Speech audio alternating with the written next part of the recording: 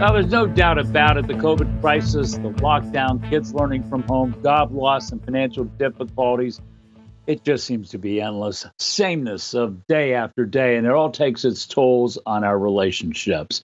Our next guest is a life coach. She goes by Anita K. She's also an author, and she wrote Behaving Bravely: How to Mindshift Life's Challenges. And you can certainly call the COVID-19 crisis a challenge, no question about that.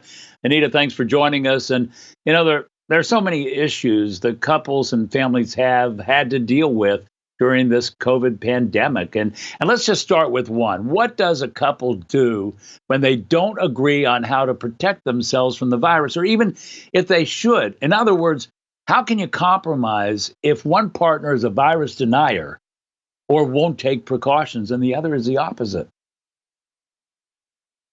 Thanks, Hal, for having me today. And that's such an important question. And I know a lot of couples are facing this dilemma.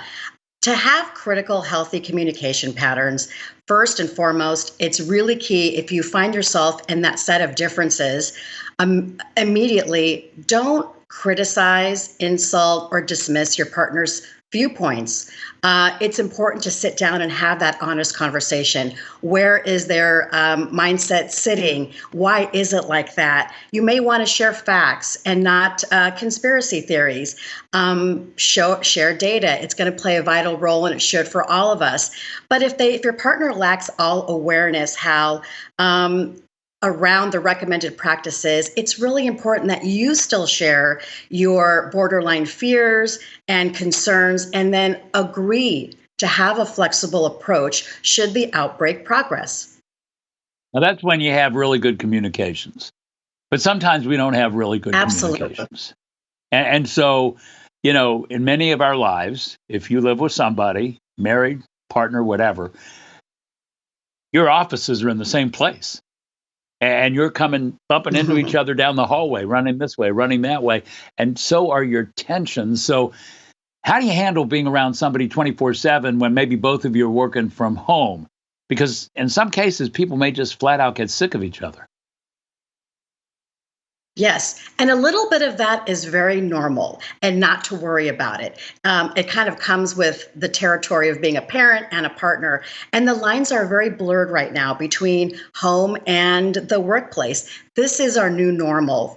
And although it's still going to be augmented, we're really going to be successful when we know we've got to adapt to change. But I think a few takeaways can really help. Number one, identify in your environment a healthy space when you need it. And if you don't have a personal space in home, but maybe in the perimeters outside of your home, take the time to have some breathing exercises, calling a friend, or taking your favorite book. Even micro escapisms can really help diffuse any type of oncoming stress and just keep us in the balance. And I think number two is, it's really important to find humor right now, even poking fun at one of ourselves.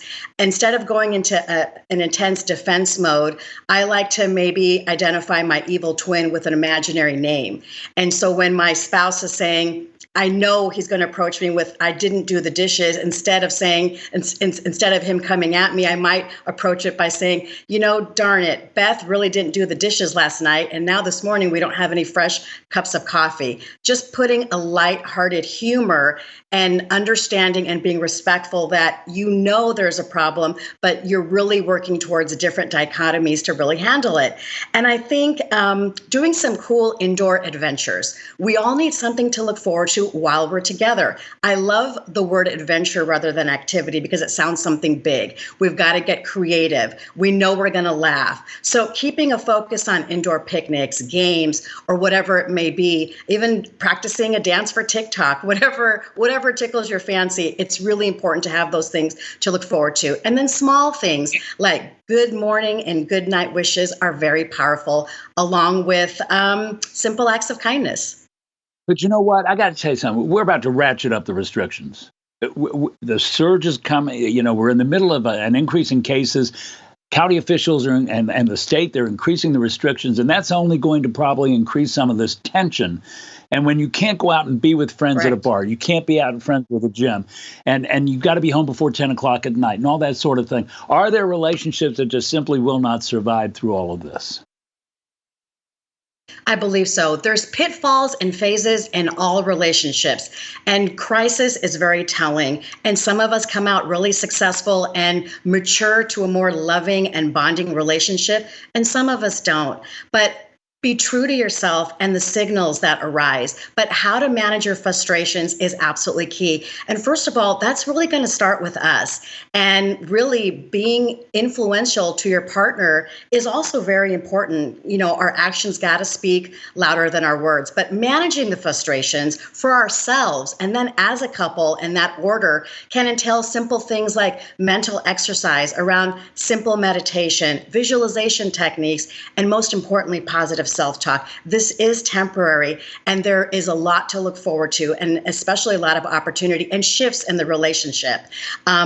And I think using technology wisely right now and knowing that although we may have some screen stress with work and online learning, we still have to, even though while we're practicing social distancing, it's important to social bridge, taking that online class, talking with grandmother, talking with your niece and nephew over Zoom, or even taking a wine class over a meetup is really essential. So it's really time to get creative. Yeah. Right, we have to wrap it right there. I'm really sorry, but yeah, for me, it's bad Hal and good Hal, and so we have ways of trying to deal with these things ourselves. Anita K, thanks so much for being with us.